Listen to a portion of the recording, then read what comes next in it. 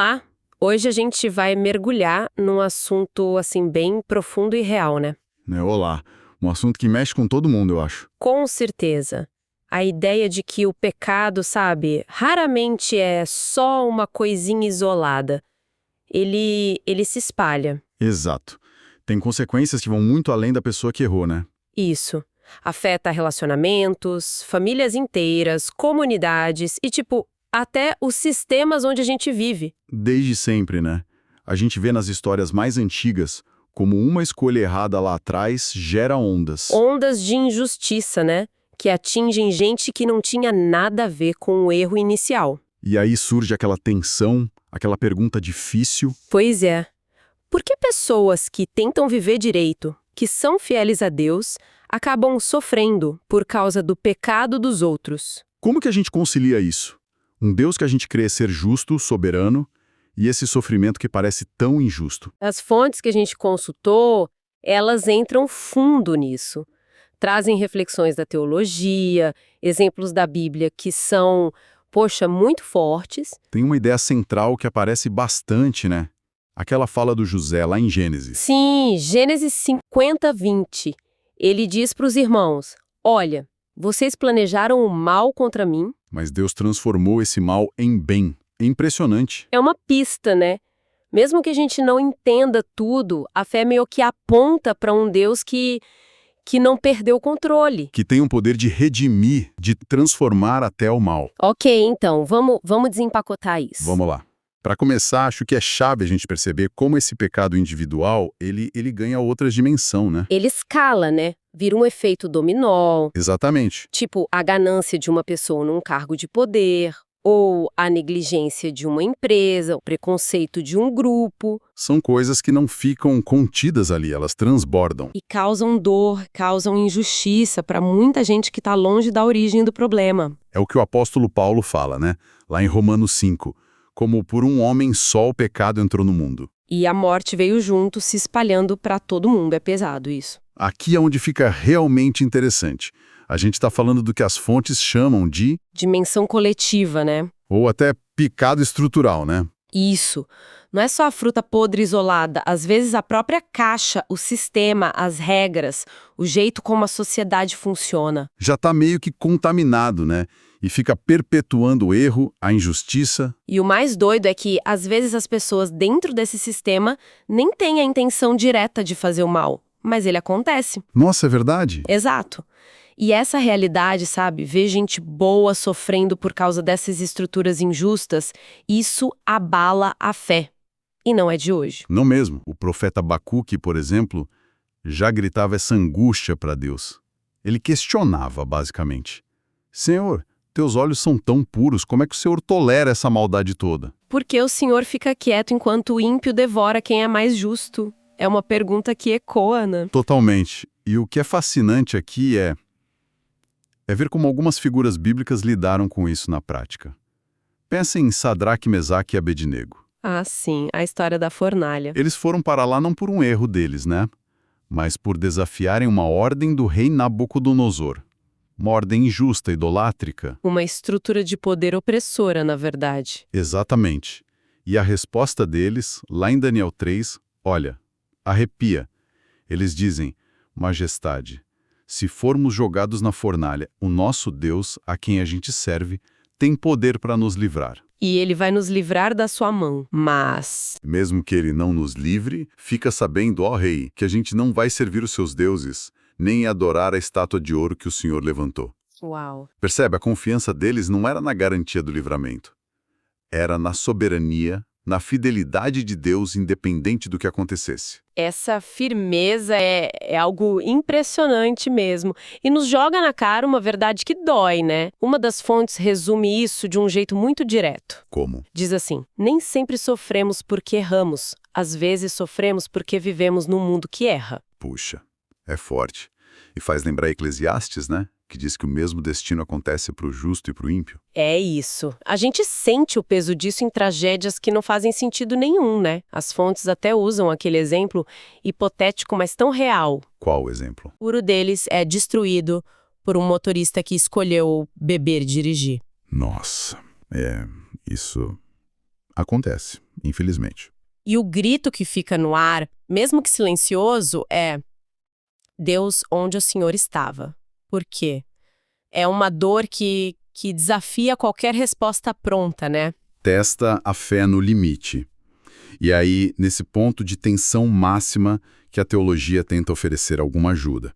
Não para acabar com o mistério, mas para dar um norte. Certo. Se conectarmos isso ao quadro geral, as fontes que a gente viu exploram basicamente duas grandes linhas na tradição cristã para entender isso. Como a soberania de Deus, o controle dele sobre tudo, se encaixa com o mal. E o sofrimento causado pelos outros. Quais são essas linhas? Bom, uma perspectiva, que geralmente a gente associa mais à tradição calvinista, vai dar muita ênfase na soberania absoluta de Deus. Ok. Nessa visão, Deus não só sabe de tudo, mas de alguma forma ele ordena ou permite tudo o que acontece, inclusive os atos ruins. Mas, e isso é chave, sem ser o autor moral do pecado. É um paradoxo, né? É. Como assim? É bem complexo. A responsabilidade pelo mal continua sendo totalmente humana. Mas Deus, no seu plano maior, que a gente não alcança agora, consegue usar até essas ações más para os seus propósitos de redenção. Propósitos que talvez a gente só vá entender lá na eternidade. Entendi. É uma visão que sustenta o controle de Deus acima de tudo. Mas e a outra perspectiva que as fontes trazem? Como ela lida com essa mesma tensão? A outra linha principal, que a gente liga mais ao arminianismo, também afirma com toda a força a soberania de Deus. Só que entende que essa soberania é compatível com o livre-arbítrio real que Deus deu pra gente. Então Deus sabe o que vamos escolher, mas não determina a escolha. Exato. Deus conhece antes, mas não o predetermina. O mal, então, é visto como uma consequência trágica mais real do mau uso dessa liberdade que a gente tem. E Deus permite que essas consequências aconteçam, mesmo o sofrimento de quem não tem culpa. Muitas vezes, sim. Poderia intervir sempre? Poderia. Mas, por razões que fogem da nossa compreensão total, ele permite que as coisas sigam seu curso. Só que, e isso é super importante, Deus não fica só olhando de longe. Ele age. Ele age providencialmente. É como se ele fosse tecendo os seus planos de redenção no meio do caos, sabe? Oferecendo consolo, força, aprendizado e garantindo que, no fim das contas, o plano dele de restauração vai prevalecer. Entendi. O ponto fundamental que as fontes destacam é que as duas visões, mesmo diferentes, concordam em pontos essenciais. Deus é soberano, o ser humano é responsável pelo pecado, e Deus tem a capacidade incrível de transformar a intenção ruim em algo bom, como a gente viu com José. Certo. Essas perspectivas teológicas ajudam a gente a pensar, a organizar as ideias, né? Mesmo que não tirem a dor de quem está passando pela situação. Exato. Não tiram a dor, mas podem dar um chão para a fé. Mas isso me leva a outra coisa que as fontes comentam, e que eu acho que pega muita gente hoje em dia. O quê? Aquela ideia de que se você tem fé, você está meio que blindado. Que a fé funciona como um passe livre para não sofrer as consequências do pecado dos outros. Ah, sim. Como se fosse um escudo mágico, né? Isso. E as fontes alertam que essa expectativa, que às vezes vem de umas interpretações mais populares, tipo da teologia da prosperidade, Pode ser uma fonte gigantesca de frustração, de crise de fé mesmo. porque a realidade não é essa, né? O que a gente vê na Bíblia, na vida, viver com fé não te coloca numa bolha. De jeito nenhum. Essa é uma desmistificação super importante que as fontes trazem.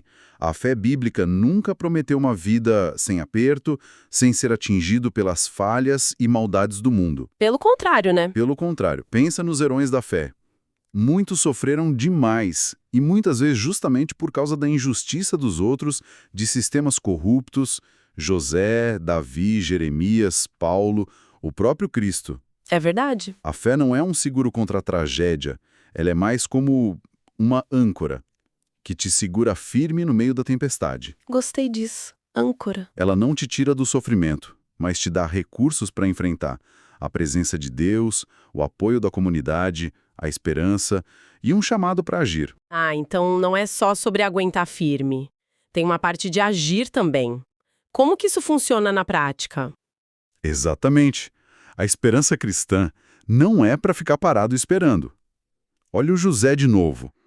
O mal que fizeram para ele foi terrível, doeu. mas a história toda foca em como Deus usou aquilo para salvar muita gente. Gênesis 50:20 de novo. Não minimiza o mal. Não minimiza o mal, mas celebra o poder de Deus que redime esse mal. Isso levanta uma questão importante.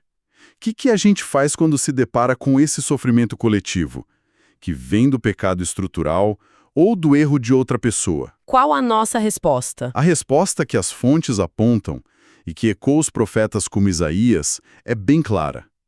Não é para ser indiferente. Não é para se resignar passivamente. Então, A gente é chamado para aprender a fazer o bem, buscar a justiça, repreender o opressor, defender o direito do órfão, pleitear a causa da viúva. Isaías 1,17. uau, é um chamado bem ativo.